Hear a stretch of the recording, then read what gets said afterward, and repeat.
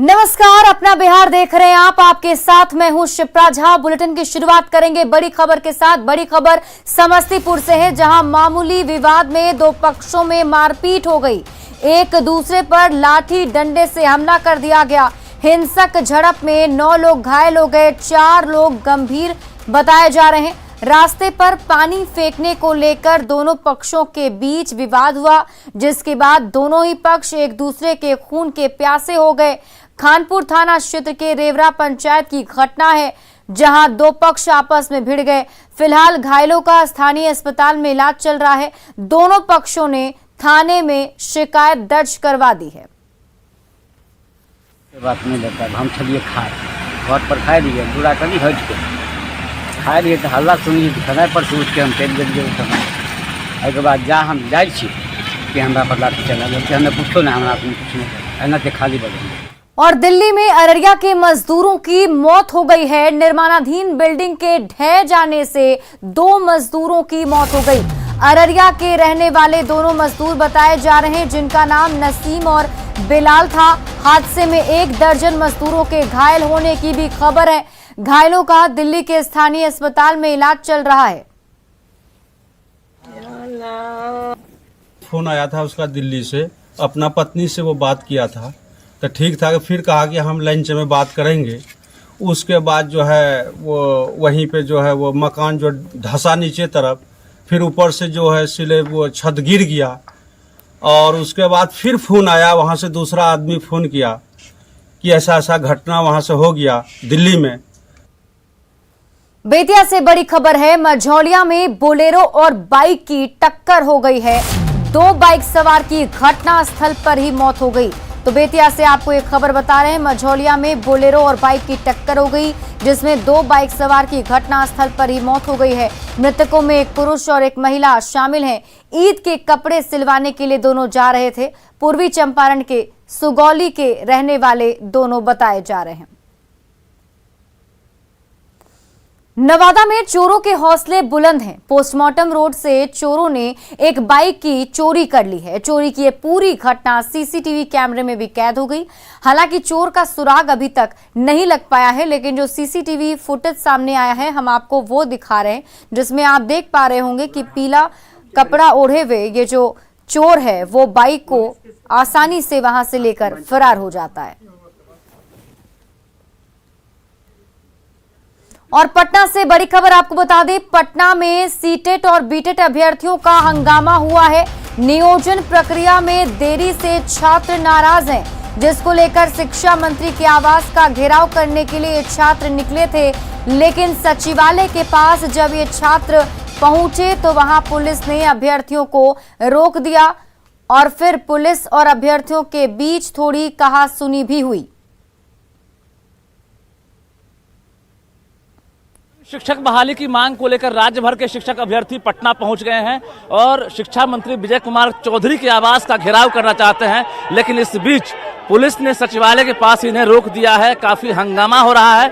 जो अभ्यर्थी हैं शिक्षा मंत्री के आवास तक जाना चाहते हैं और अपनी मांग पूरा करवाना चाहते हैं। लेकिन इस बीच बड़ी संख्या में पुलिसकर्मी देख सकते हैं, महिला पुलिस हो या फिर पुरुष बल हो, वो बड़ी संख्या में यहाँ पहुँच गए हैं और उसके बाद इन्हें रोका जा रहा है। तो जिलों से पूरे लोग आए हुए हैं और 38 जिलों से पूरे लोग आए हुए हैं सिर्फ शिक्षा मंत्री जी से ये बात सुनने के लिए कि सर 7वीं चरण प्राथमिक विज्ञप्ति आप कब दे रहे हैं हमें। ये नहीं है कि हम लोग आतंकवाद है सर, हम लोग अपनी मांग को नहीं रख सकते क्या शिक्षा मंत्री जी से अपने। और पुलिस द्वारा जो आपराधिक मामला के तहत हम लोग बल का प्रयोग जो किया जा रहा है, कब ऐसे किया जा रहा है, ये शिक्षा मंत्री जी का क्या है सर। ये शिक्षा मंत्री का ये प्रशासन हम लोग को कॉपरेट न करके हम कॉपरेट कर पा रही है।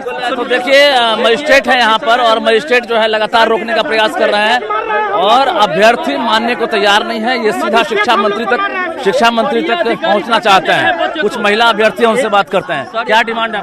बड़ी अधिकारी है, गर्दन में हाथ लगा जी, हम लोग 3 साल से सीटेट बीटेट उत्तीर्ण है और शिक्षा विभाग से लेकर के शिक्षा मंत्री तक बार बार का दौरा करते रहते हैं।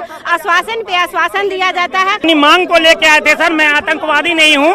हम अपनी मांग को लेके आए थे। विगत 3 सालों से हम लोग गर्दनी बाग धरना प्रदर्शन करते 3, 4, 5 मार्च को प्रधान सचिव संजय कुमार सिंह के द्वारा यह आश्वासन दिया गया उसके पहले कहा गया कि हम मार्च के प्रथम सप्ताह में हम इसको लाइव मतलब आवेदन ला रहे हैं। क्या नाम हुआ आपका? तो वहाँ से कुछ नहीं, केवल दो नाम क्या हुआ?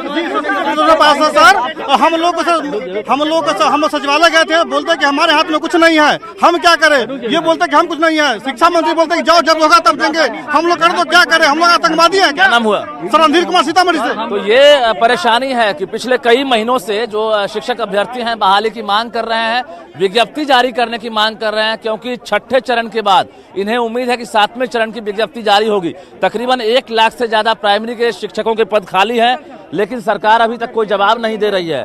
राज्य भर के जो अभ्यर्थी हैं यही जवाब मांग रहे हैं कि विज्ञप्ति कब जारी होगी। पटना के सचिवालय के पास अभी भी जो अभ्यर्थी हैं वो हंगामा करने में जुटे हुए हैं, पुलिसकर्मी उन्हें खाली कराने में जुट गई है। जाहिर है शिक्षा मंत्री के आवास तक पहुंचना चाहते हैं, लेकिन पुलिस रोक रही है।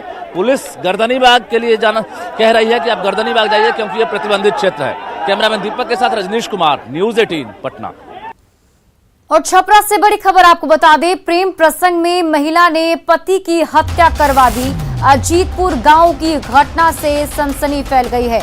तो बड़ी खबर आपको छपरा से बता रहे हैं, प्रेम प्रसंग में महिला ने पति की हत्या की है। अजीतपुर गांव की घटना से इलाके में सनसनी फैल गई। पुलिस ने महिला को हिरासत में ले लिया है।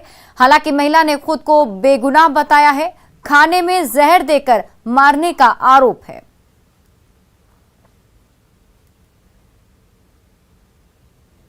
जहर दे के मतारी बेटा सब मिल के एक के जहर दे के मुआ दिल बड़ा सा मतारी बेटा मिलकर राधे समूह भी बा मुरमाला। हम तो सूत गई, हम तो कुछ जानते नहीं कि तक का बताए। आरोप लागत हत्या किए जहर दे के मुआवे के। भैया हम तो जब कहत नहीं जाके सूत गई पते नहीं कि हमरा का मतलब वही ले बेटा को मम्मी पापा आ गए थे जो हम घर में चल गए। बेटा रहे दुआर पर सुतर रहे, बेटा चौकी पर सुत गए, चौकी पर सुतले बाद में भूइया सुत गए। हम घर में उठ के चल गए। बाढ़ से बड़ी खबर सामने आ रही है। हाईवा की चपेट में बाइक सवार आ गया है। मलाही के NH 31 पर युवक की मौत हो गई।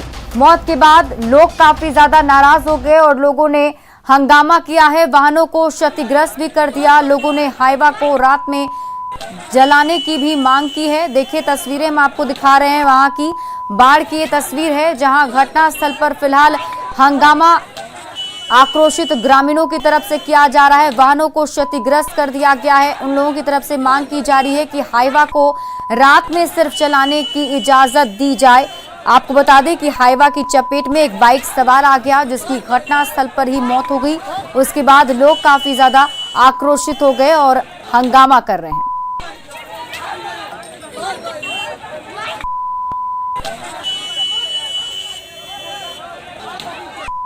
और दरभंगा से बड़ी खबर आपको बता दें, बहादुरपुर के गोविंदपुर गांव में छापेमारी की गई है। यहां कैलाश झा के घर पर पुलिस ने छापेमारी की, जिनके घर से नशे की दवाइयां और शराब बरामद की गई है। पुलिस ने कैलाश झा को गिरफ्तार कर लिया है।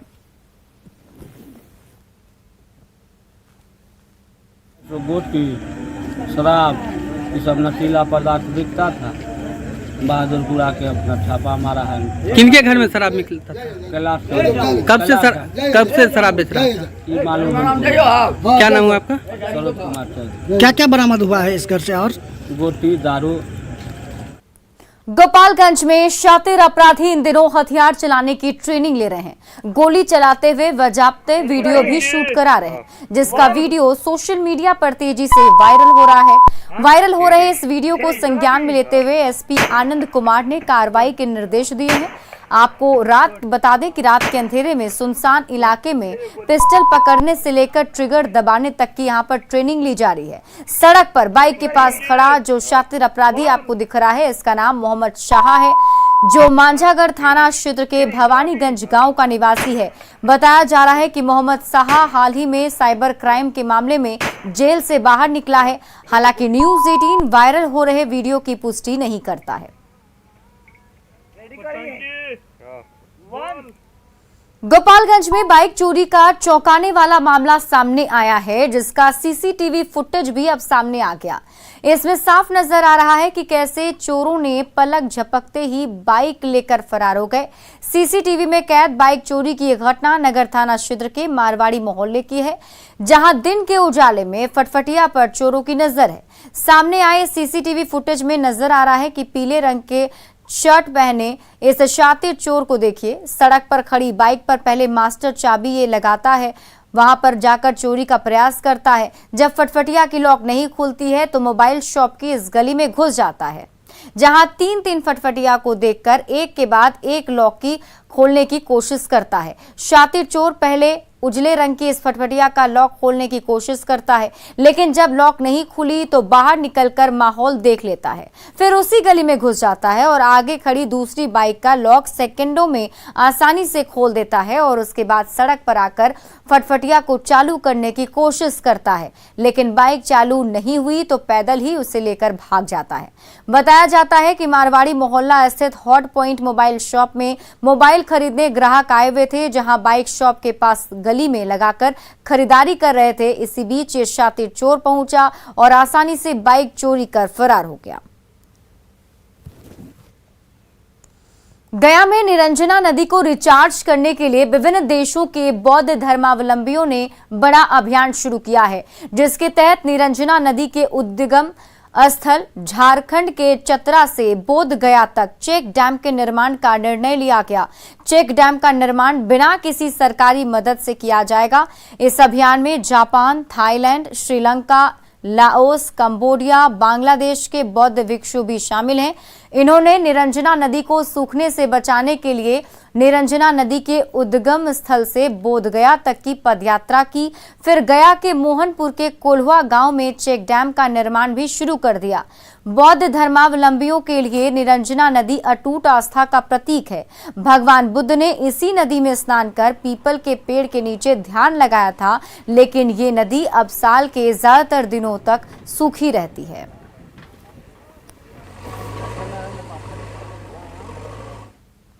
दो प्रेमियों के प्रेम की राह में पूरा जमाना दुश्मन बनकर खड़ा हो जाता है, ऐसा हम अक्सर फिल्मों में देखते हैं। लेकिन वैशाली में दो प्रेमी जोड़े को मिलाने के लिए पूरा समाज एकजुट हो गया। दरअसल वैशाली के सुभई का मुकेश और मुजफ्फरपुर के पोखरेरा की आरती एक दूसरे से प्रेम करते थे। दोनों के बीच सालों से प्रेम प्रसंग चल रहा था, जिसकी भनक दोनों परिवारों के लोगों को लग गई। फिल्मी स्क्रिप्ट से पूरी तरह उलट दोनों एक दूसरे के दुश्मन बनने के बजाय दोनों प्रेमियों को मिलाने की कोशिश में जुट गए। दोनों के परिजन रहीमपुर पंचायत के ग्राम कचहरी पहुंचे, जहां पंचों, स्थानीय जनप्रतिनिधियों और परिजनों की मौजूदगी में ग्राम कचहरी में दोनों का विवाह कराया गया। ये प्रेम विवाह पूरी तरह से बिना दहेज का हुआ। दोनों परिवारों के लोगों ने समाज के सामने आदर्श विवाह का उदाहरण पेश किया है।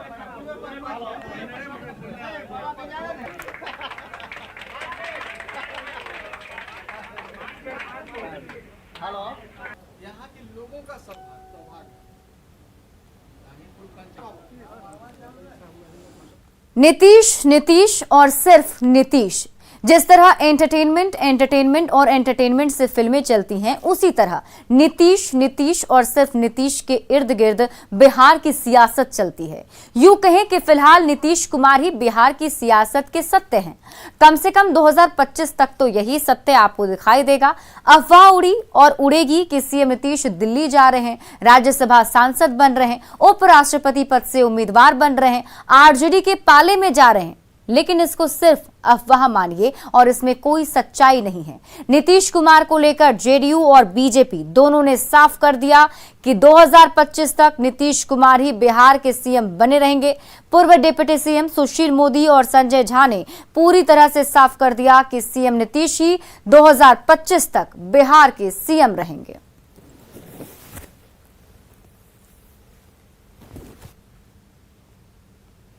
बिहार में सीएम पद को लेकर चल रही अटकलों को बीजेपी नेता सुशील मोदी ने खारिज किया और कहा कि नीतीश कुमार ही 2025 तक सीएम बने रहेंगे। उन्होंने ट्वीट में लिखा है कि जब प्रदेश भाजपा अध्यक्ष संजय जायसवाल कई बार स्पष्ट कर चुके हैं कि बिहार में एनडीए सरकार नीतीश कुमार के नेतृत्व में ही कार्यकाल पूरा करेगी, तब भी ये झूठ फैलाते रहना थेथरोलॉजी है कि भाजपा बीच में ही अपना मुख्यमंत्री बनवाना चाहती है।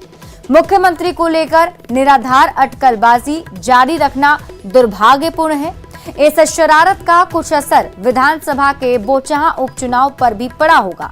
बिहार विधानसभा का 2020 का चुनाव एनडीए ने प्रधानमंत्री नरेंद्र मोदी और मुख्यमंत्री नीतीश कुमार के चेहरे पर वोट मांगते हुए लड़ा था। लोगों ने इस पर भरोसा भी किया।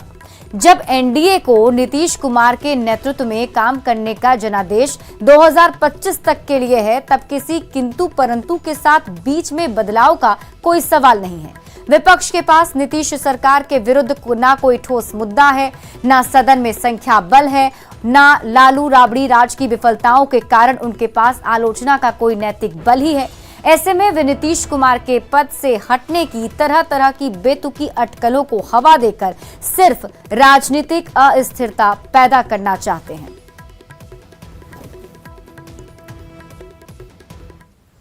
और इससे पहले मंत्री संजय झा ने कहा कि बिहार के मुख्यमंत्री नीतीश कुमार दिल्ली नहीं जा रहे हैं। 2025 तक नीतीश ही बिहार के सीएम रहेंगे और बिहार में सीएम पद की कोई वैकेंसी नहीं है। इस तरह से कुछ लोग इसको घुमाने की कोशिश करते हैं, इस सब में पचड़े में मत पड़िएगा। वो 2025 तक बिल्कुल नहीं पड़िएगा। 2025 तक जनता ने नीतीश कुमार जी के नाम पर मोहर लगा करके मैंडेट दिया है। लोगों को पता था 2020 में कि अगर एनडीए जीतती है तो इसके मुख्यमंत्री कौन होंगे। उनका नाम ले करके हम लोग जनता के बीच में गए थे और 2020 में जो मैंडेट मिला वही मैंडेट ले करके आज सरकार चल रही है। तो आदरणीय नीतीश कुमार जी के नेतृत्व में जनता ने उनको बिहार चलाने का मैंडेट दिया है। 2025 तक कोई वैकेंसी बिहार में नहीं है, ये बिल्कुल स्पष्ट समझ लीजिए। बिहार में खेला होगा, ये एक बड़ा सवाल है जो इन दिनों बिहार के सियासी गलियारे से लेकर चौक चौराहे पर पूछे जा रहे हैं। न सिर्फ सवाल पूछे जा रहे हैं बल्कि कयास भी लगाए जा रहे हैं कि इन कयासों को हवा दे रहे हैं बिहार के नेता, जिनके बयानों से गाहें बगाहें सियासत के कई रंग अनायास ही दिखने को मिल जाते हैं। नेता प्रतिपक्ष तेजस्वी यादव की इफ्तार पार्टी में अचानक जाकर सीएम नीतीश कुमार ने सबको चौंका दिया। इफ्तार पार्टी में सीएम नीतीश कुमार की तेजस्वी और तेज प्रताप से खुशनुमा माहौल में बातचीत हुई। यहां तक तो सब ठीक ठाक था, लेकिन इस मुलाकात के बाद तेज प्रताप ने जो बयान दिया उससे बिहार की सियासत गर्म हो गई। तेज प्रताप ने कह दिया कि बिहार में जल्द ही तेजस्वी की सरकार बनेगी और इसको लेकर उनकी सीएम नीतीश कुमार से बात हुई है। हालांकि उन्होंने इस बातचीत को मिस्ट्री ही बनाकर रखा। तेज प्रताप के इस दावे के एक सप्ताह भी नहीं बीते कि खुद तेज प्रताप ने अपने इस्तीफे की बात कहकर सबको चौंका दिया। तेज प्रताप ने एक ट्वीट कर कहा कि वो अपने पिता से मिलकर अपनी पार्टी से इस्तीफा दे देंगे। तो तेज प्रताप यादव ने अपने ट्वीट में क्या लिखा है, हम आपको वो दिखाते हैं कि उन्होंने किस तरीके से इस्तीफे की पेशकश ट्विटर के जरिए उन्होंने की। उन्होंने लिखा कि मैं अपने पिता के नक्शे कदम पर चलने का काम किया, सभी कार्यकर्ताओं को सम्मान दिया, जल्द अपने पिता से मिलकर अपना इस्तीफा दूंगा। उन्होंने इस ट्वीट में लालू प्रसाद, आरजेडी, तेजस्वी यादव, राबड़ी देवी और मीसा भारती को भी टैग किया है।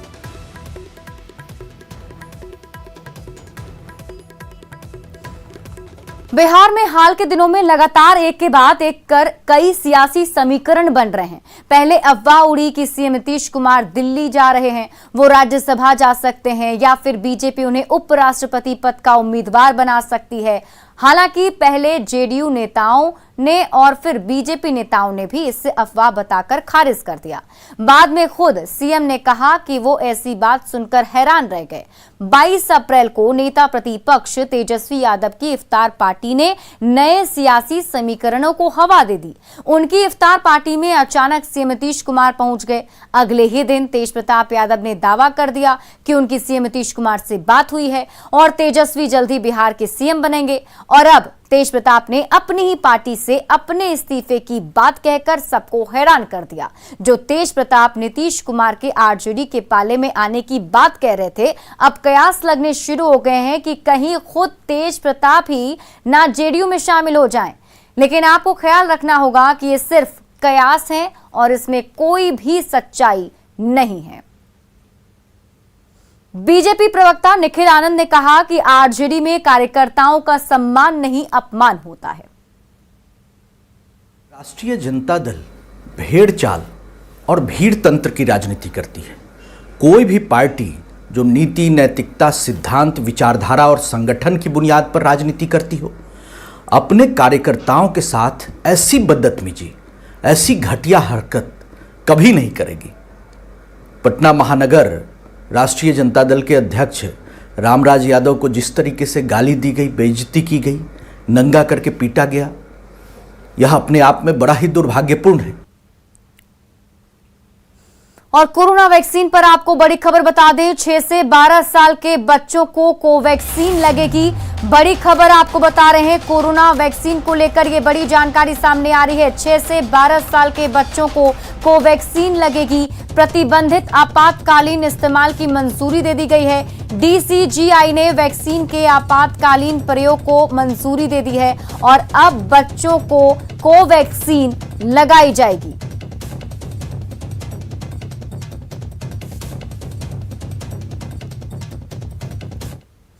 और फिलहाल इस बुलेटिन में अभी के लिए बस इतना ही, लेकिन न्यूज़ 18 बिहार झारखंड पर खबरों का सिलसिला लगातार जारी है।